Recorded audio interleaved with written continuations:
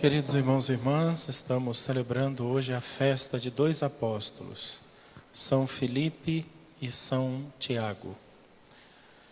Tiago era primo de Jesus, ele era filho de Alfeu, né?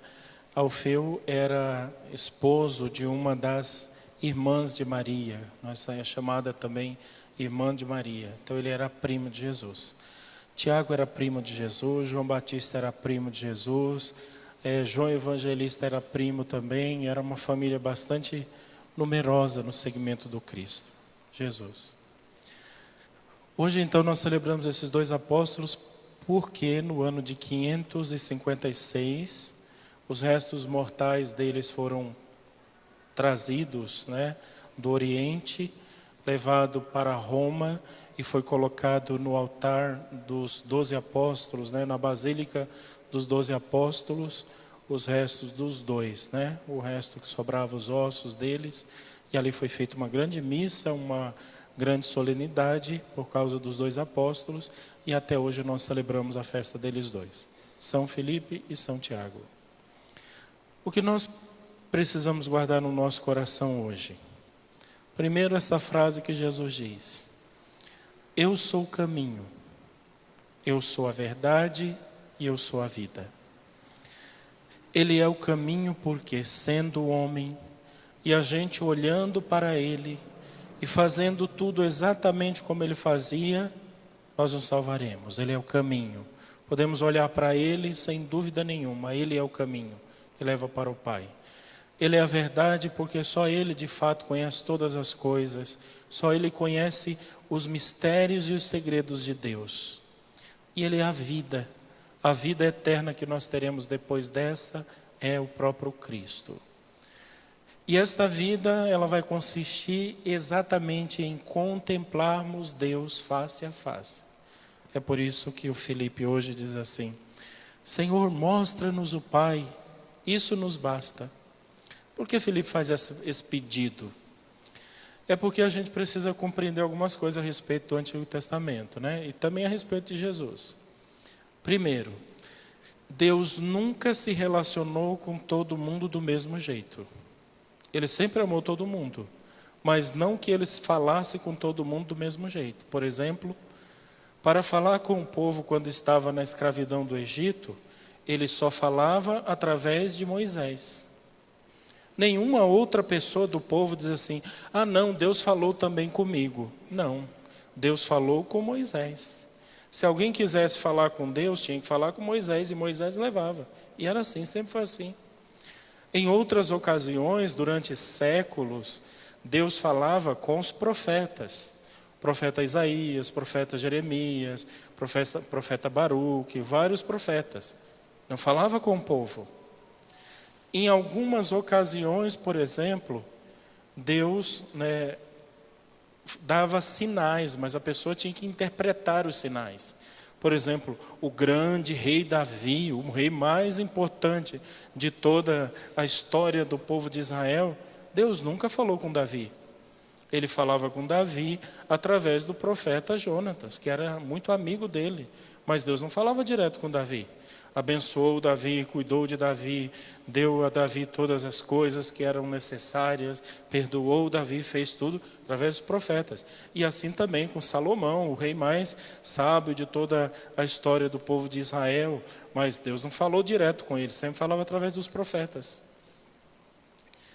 Então os discípulos compreendiam que para falar com Deus era um privilégio extraordinário, que nem todo mundo tinha esse privilégio. E o pior é que, depois de Jesus, continuou assim. Quando Jesus escolheu os seus apóstolos, ele escolheu primeiro 3, era Pedro, Tiago e João. Só os 3. Teve muitas coisas que ele só falou para os 3. Teve alguns acontecimentos, como por exemplo a ressurreição da filha de Jairo, que só os 3 foram com Jesus. No dia que Jesus se transfigurou no Monte Tabor, que suas roupas ficaram brancas como a neve, só estavam lá os 3, Tiago, João e Pedro. Depois ele escolheu os 12. aos 12, ele fez muitas coisas aos 12, mas já era um segundo grupo. Depois do segundo grupo tinha os 72 discípulos, depois tinha a multidão. Hoje nós vimos São Paulo dizendo aqui na carta, na primeira leitura, né? Ele dizendo assim que o que eu aprendi dos discípulos, que primeiro, e aqui vou transmitir aquilo que eu aprendi.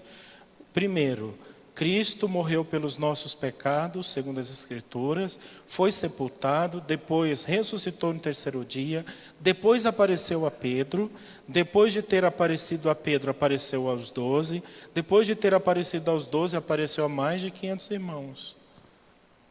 Então, para você contemplar a face de Deus, é um grande privilégio. Nessa vida, não serão todas as pessoas que vão ter contato direto com Deus.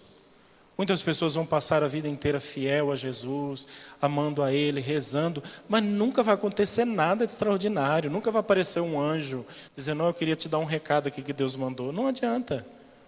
Não é assim. Algumas pessoas Deus escolhe, outras não. Só que Jesus hoje fala assim, Felipe, na verdade, o Pai reservou um grande privilégio.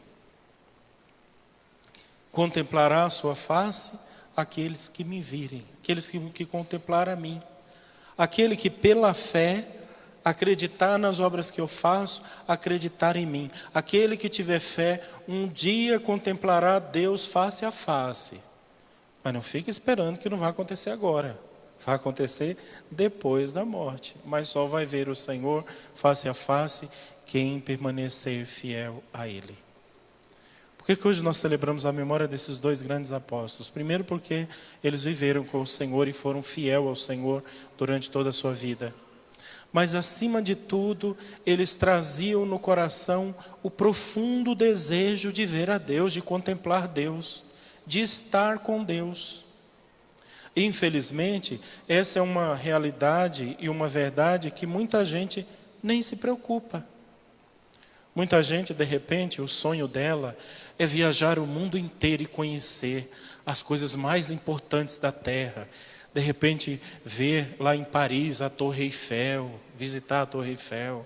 Ou de repente, ir lá no Egito e visitar as pirâmides do Egito. Conhecer a Dinamarca, conhecer a Suíça, conhecer Bariloche, conhecer Cancún, conhecer todas as coisas, conhecer o mundo. O desejo que move o coração de várias pessoas é conhecer o mundo, é ver o mundo. Aí você pergunta, mas você deseja ver Deus? Ah, mas aí é outra coisa. Outros são movidos pelo desejo da felicidade. Não, eu quero encontrar o amor da minha vida nessa terra. Não, eu quero me casar, eu quero ser feliz. Eu quero que meus filhos cresçam e meus filhos sejam pessoas de bens, que se dê bem, que estudem, que se formem, que sejam bons profissionais, que ganhem dinheiro. Eu quero isso. É o sonho do coração da pessoa. E você pergunta, mas você também sonha um dia ver Deus? Ah, mas aí é outra coisa. E é uma pena. Que esse deveria ser o desejo do coração de cada um de nós. Contemplar Deus face a face. O próprio Jesus diz assim, que adianta o homem ganhar a vida inteira e perder a vida eterna?